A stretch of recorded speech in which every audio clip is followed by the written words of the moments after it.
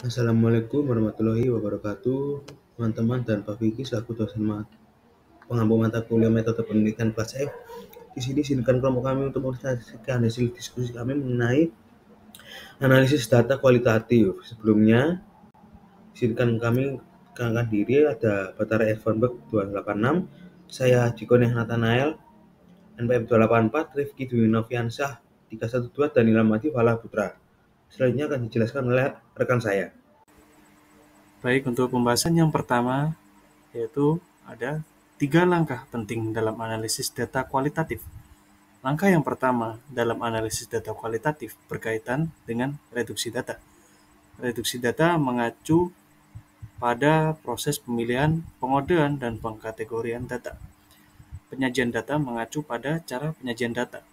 Pemilihan kutipan, matriks, grafik, atau bagan yang menggambarkan pola dalam data itu dapat membantu peneliti dan akhirnya pembaca itu memahami data. Lalu langkah kedua dalam analisis data kualitatif berkaitan dengan tampilan data. Tampilan data adalah aktivitas utama kedua yang harus Anda lalui saat menganalisis data kualitatif Anda. Jadi tampilan data itu melibatkan pengambilan data yang dikurangi dan menampilkannya dalam dan terorganisir pada cara yang padat. Lalu yang terakhir itu adalah langkah ketiga. Jadi dalam analisis data kualitatif itu berkaitan dengan menarik kesimpulan. Menarik kesimpulan adalah kegiatan analisis akhir dalam proses analisis data kualitatif. Hal ini adalah inti dari analisis data.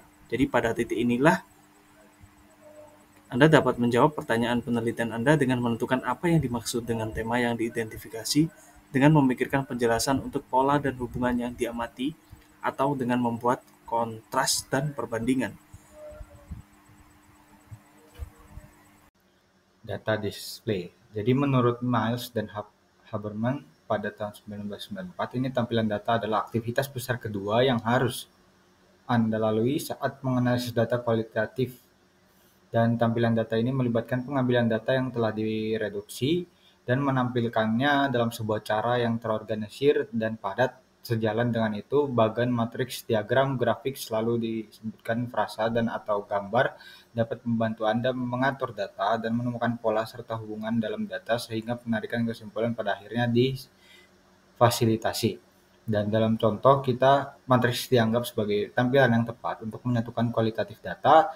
Teknik menampilkan data yang dipilih mungkin tergantung pada preferensi peneliti, jenis kumpulan data, dan tujuan tampilan sebuah matriks. Pada umumnya ini bersifat deskriptif, seperti yang diilustrasikan oleh contoh di atas. Tampilan lain seperti jaringan atau diagram memungkinkan Anda menyajikan hubungan sebab akibat antar konsep dalam data Anda. Nah, selanjutnya yaitu data analisis. Jadi dalam penelitian ini mengenai peristiwa yang biasanya menimbulkan kemarahan pelanggan dalam pengaturan konsumsi layanan, ini kami mengembangkan matriks untuk mengatur dan menyusun data kualitatif. Hal ini memungkinkan kami untuk mengekstrak tema-tema dari dalam yang menggabungkan 28 subkategori ke dalam 7 kategori dan 4 kategori super. Dan ketujuh kategori tersebut adalah tidak dapat diandalkan, tidak dapat diakses, dan kebijakan perusahaan, kegagalan prosedural, perilaku yang tidak sensitif, dan perilaku yang tidak sopan, atau kegagalan interaksional, kegagalan hasil dan tanggapan yang tidak memadai terhadap kegagalan layanan. Kategori subkategori ini adalah didefinisikan pada kolom kedua. Kolom ke-8 memberikan contoh tipikal perilaku kritis per subkategori. Drawing conclusions. Jadi penarikan kesimpulan adalah kegiatan analisis akhir dalam proses analisis data kualitatif. Ini adalah inti dari analisis data. Pada titik inilah Anda menjawab pertanyaan penelitian Anda dengan menentukan tema yang diidentifikasi, dengan memikirkan penjelasan untuk pola dan hubungan yang diamati, dengan membuat kontras dari perbandingan tersebut. Untuk materi selanjutnya yaitu keandalan dan keabsahan dalam penelitian kualitatif. Nah, ada beberapa. Yang pertama ada keandalan kategori, bergantung pada kemampuan analis untuk merumuskan kategori dan menyajikan kepada hakim yang kompeten definisi kategori, sehingga mereka akan setuju tentang item-item dari mana dari populasi tertentu yang termasuk dalam kategori dan mana yang tidak. Nah, keandalan antar penilai dapat didefinisikan sebagai tingkat konsistensi antara pengkode yang memproses data yang sama menurut Kasarijan tahun 1977. Ukuran yang umum digunakan untuk keandalan antar juri adalah presentasi kesepakatan pengkodean dari total jumlah keputusan pengkodean. Sebagai pedoman umum, tingkat kesepakatan pada atau di atas 80% dianggap memuaskan.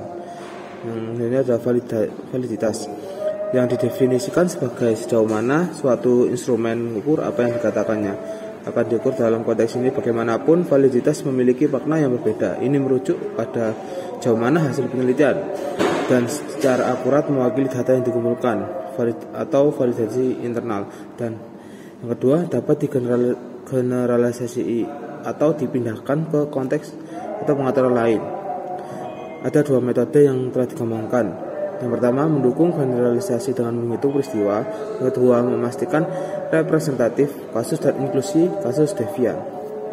Baik, selanjutnya beberapa metode lain untuk mengumpulkan dan menganalisis data kualitatif. Terdapat 3, yakni analisis sisi. Ini mengevaluasi secara sistematis sisi komunikasi terekam seperti surat kabar, wawancara, ataupun iklan. Teks dikodekan dengan kategori tertentu dan dianalisis melalui analisis konseptual dan relasional.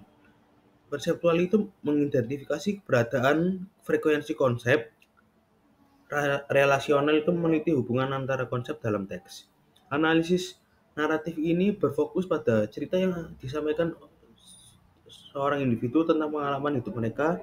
Jadi data yang dikumpulkan itu melalui wawancara untuk memahami urutan peristiwa ataupun proses seperti anteseden dan konsekuensi pada suatu kejadian. Metode ini sering digunakan untuk mempelajari perilaku konsumen ataupun hubungan layanan. Terakhir, induksi analitik. Jadi metode ini mencari penjelasan universal suatu fenomena dengan menguji data hingga tidak ada lagi kasus yang menyimpang dari hipotesis awal. Apabila ditemukan kasus yang bertentangan, maka hipotesis tak akan dapat diubah ataupun kasus dikecualikan. Pendekatan ini menggunakan penalaran induktif untuk menyempurnakan penjelasan fenomena. Big data. Jadi big data adalah istilah populer yang biasa digunakan untuk menggambarkan pertumbuhan eksponensial dan ketersediaan data dari sumber digital di dalam dan di luar organisasi. Dan istilah ini awalnya terkait dengan volume data yang tidak dapat diproses dan dianalisis secara efisien dengan metode dan alat tradisional.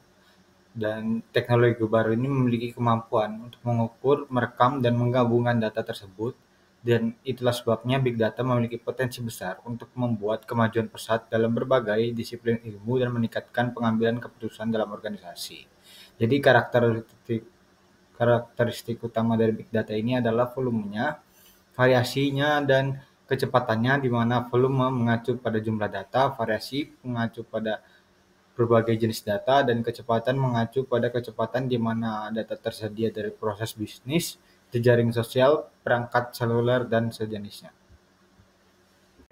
Sekian presentasi dari kelompok kami. Mohon maaf apabila ada salah kata. Kami ucapkan mohon maaf. Presentasi kami tutup. Wassalamualaikum warahmatullahi wabarakatuh.